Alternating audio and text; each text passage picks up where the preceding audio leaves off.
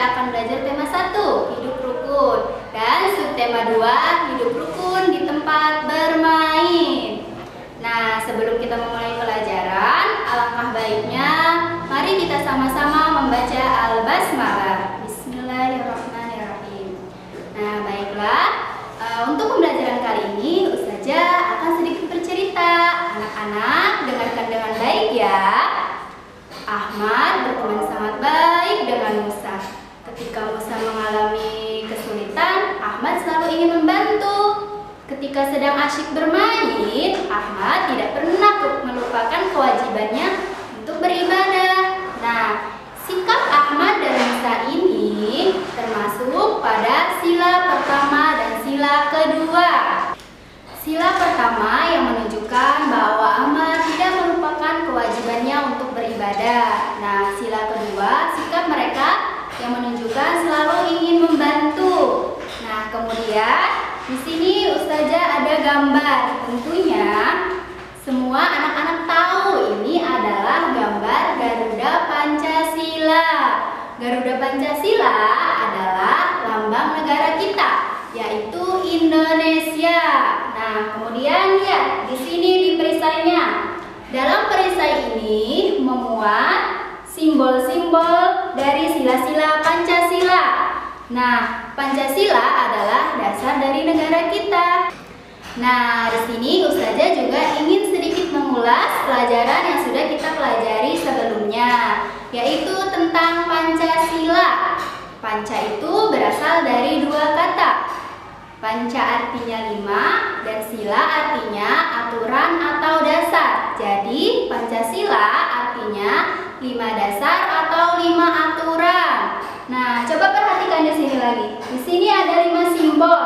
Nah, Pancasila sila yang pertama bunyinya ketuhanan yang Maha Esa. Itu disimbolkan dengan bintang. Kemudian bunyi sila kedua, kemanusiaan yang adil dan beradab, disimbolkan dengan rantai.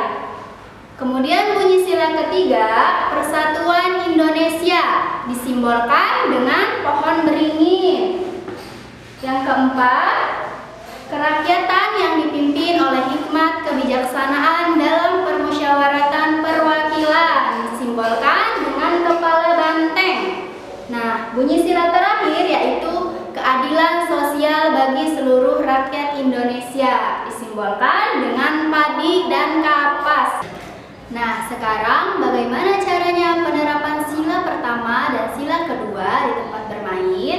Nah, contohnya sila pertama, ketika sedang asyik bermain tidak melupakan kewajibannya untuk beribadah. Contohnya ketika sedang asyik bermain, kemudian azan berkumandang, kita harus menyegerakan untuk sholat. Nah, untuk sila kedua, membantu teman ketika terjatuh. Contohnya ketika sedang asyik bermain, entah itu sepak bola atau bermain sepeda, ketika ada teman yang terjatuh, kita harus menolongnya, tidak boleh membiarkannya ya.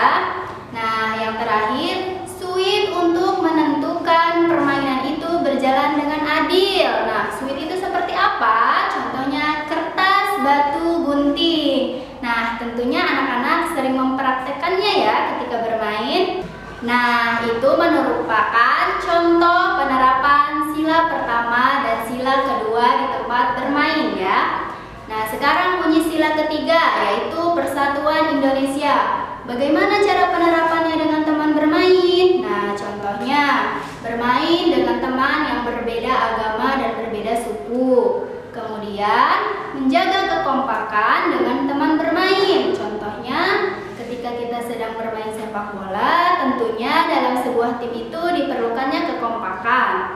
Nah, kemudian tidak boleh mengejek teman yang kalah bermain ya, karena dalam setiap perlombaan itu tentu ada yang menang dan ada yang kalah. Nah, kita tidak boleh mengejeknya ya.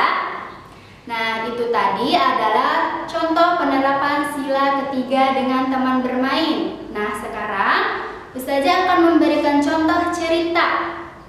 Sebuah cerita sila ketiga di tempat bermain. Contohnya, aku dan teman-teman bermain sepak bola di lapangan. Kami berbeda-beda agama, tapi kami selalu bermain dengan kompak dan rukun. Nah, itu contoh penerapan sila ketiga di tempat bermain. Baiklah, semoga apa yang Ustazah jelaskan, apa yang kita pelajari hari ini, anak-anak mampu memahaminya. Dan jangan lupa tugasnya dikerjakan ya. Mari kita akhiri pembelajaran hari ini dengan